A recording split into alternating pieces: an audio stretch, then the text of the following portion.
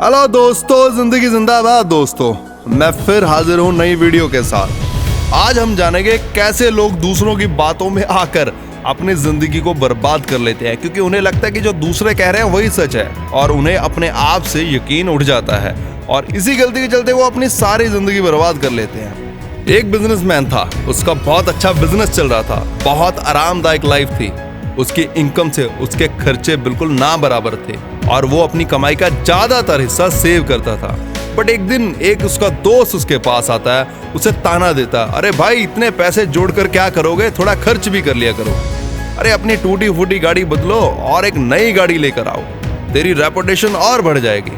Businessman उसकी बातों में आ जाता है और उसे लगता है कि हाँ, मुझे ये गाड़ी लेकर आनी चाहिए, लोगों में मेरी और रेपुटेशन बढ़ जाएगी। और वो थोड़ा बैंक से लोन लेकर एक अच्छी बड़ी गाड़ी ले आता है और उसकी हर महीने की किस्त शुरू हो जाती है। गाड़ी की किस्त के आगे उसकी इनकम बहुत ज्यादा होती है, तो बिजनेसमैन को कोई भी फर्क नहीं पड़ता। अब जब गाड़ी नहीं आ गई तो उसका घर छोटा पड़ गया। अब सब बोलने लगे, तुम्हें शर्म नहीं आती, गाड़ी इतनी बड़ी और घर इतना छोटा, गाड़ी के हिसाब से तो घर लो मेरे भाई। अब दोबारा वो फिर लोगों की बातों में आ गया कि हाँ यार, लोग सही कह रहे हैं कि मेरी गाड़ी तो बड़ी है पर मेरा घर छोटा है। और उसने क्या किया, एक बड़ा घर ले लिया और इस घर की भी EMI शुरू हो गई। अब यहाँ तक पहुँचते हुए ऐसा हुआ कि उसके खर्चे बढ़ गए। पहले उसकी सेविंग थी 95% और उसके खर्चे थे 5%, लेकिन अब उसकी सेविंग है 50% और उसके खर्चे भी है 50%। और कुछ 2-4 काम उसने और कर लिए खर्चे वाले, लोगों की बातों में आकर ये कर लो वो कर लो। अब धीरे धीरे ये हुआ, उसकी इनकम और खर्च बराबर आ गए। अब उसके पास बड़ा घर तो था लेकिन उसके पास सुकून नहीं था, क्योंकि अब उसे अपने खर्चे पूरे करने के लिए बहुत भागम भाग करनी पड़ती थी। वो आराम से कहीं भी बैठ नहीं सकता था। और कुछ टाइम बाद बाजार में मंदी आ गई, रिसेशन आ गया और इससे उसके बिजनेस पर बहुत असर पड़ा। उसकी इनकम बहुत कम हो गई और हुआ ये कि खर्चे बढ़ गए और इनकम कम हो गई और उसे अपने खर्चे पूरे करने के लिए इधर उधर से पैसे उधार लेने पड़े और आखिर में वो कर्जदार हो गया और चिंता में रहने लगा। जिन चीजों में वो सुख ढूंढता था वो सुख अभी कहीं पर रहा नहीं, वो परेशान रहने लगा।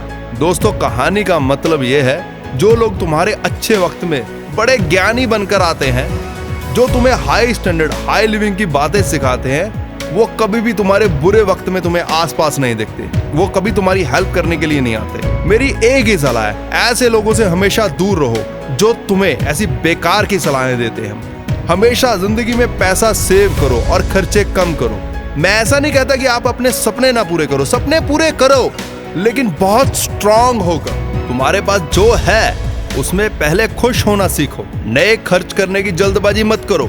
अगर खर्च करना है तो पहले इनकम को 3-4 गुना बढ़ा करो। अभी कुछ लोग बोलेंगे, हम अपने सपने पूरे ना करें तो और क्या करें। अरे भाई, सपने पूरे करो पर कर्जदार बनकर नहीं, बुद्धिमान बनकर पूरे करो। कुछ वक्त इंतजार करके पूरे करो। कर्जदार बनकर अपना सुकून खोकर सपने पूरे किए तो क्या किए। कोशिश करो हर काम को करने से पहले उसके बारे में आराम से बैठकर सोचो और फिर करो, जिससे तुम और तुम्हारा परिवार हमेशा खुशियों से भरा रहे। बी पॉजिटिव दोस्तों। उम्मीद करता हूँ आपको ये मेरी वीडियो पसंद आई होगी। अगर आई है तो प्लीज मेरे चैनल को सब्सक्राइब कर दें। जल्दी मिलता हूँ आपको नई वीडियो के साथ। तब तक के लिए सलाम, नमस्कार, सत श्री अकाल, जय हिंद।